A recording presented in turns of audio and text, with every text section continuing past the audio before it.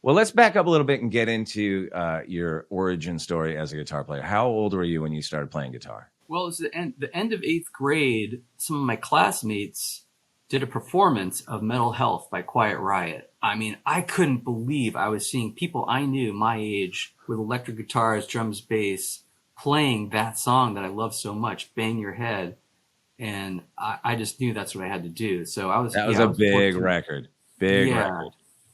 That was a real defining record for me. And that's what made you want to pick up a guitar? Yeah, so I got a guitar for my birthday.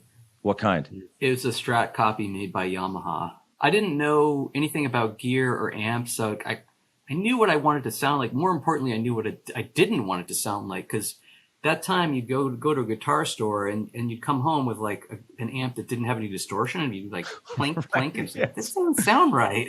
Those early days of learning, like before I understood how to tune my guitar, even much less how to make an amp sound right, where you're like, this does not sound like Randy Rhoads at all. Did you start taking lessons? Like, did you take a lot of lessons? Were you a disciplined guitar student?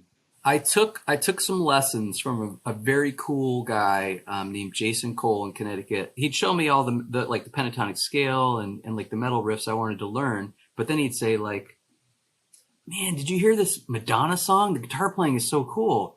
And I was just like, "What? What are you talking about? Madonna?" And I'd listen to it. It's like, "Oh yeah, that's actually kind of cool what the guitar player's doing." It just kind of broadened my mind. I don't know. I did maybe 10, 15 lessons. And then from that point, it was just learning songs by ear or the various guitar magazines. And who were the guys you were listening to at that time that made you not just want to be a guitar player, but be a lead guitar player? Well, Ace was the first one from Kiss. Oh, yeah. Yeah, just so many air guitar sessions from the time I was a young kid. And it just... That was always my favorite part of the song.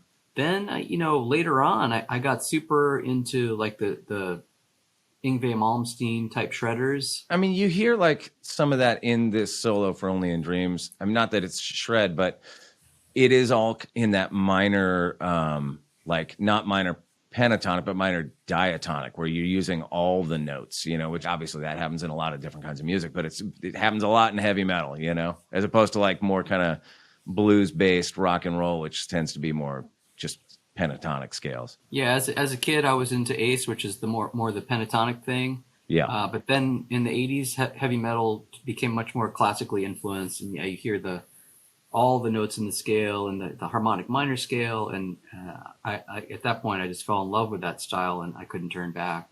Do you remember what the first lick you learned that made you think, "Oh my God, I've got it now. I'm a lead guitar player"? Yeah, probably learning some of those Yngwie licks, "Far Beyond the Sun." Ooh. Dun, dun, that kind of stuff.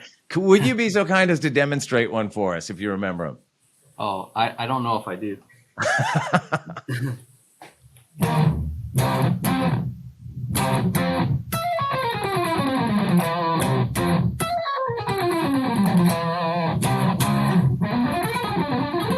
That's where I get kind of lost. Oh my good Lord. That's amazing, dude. You just whipped that out.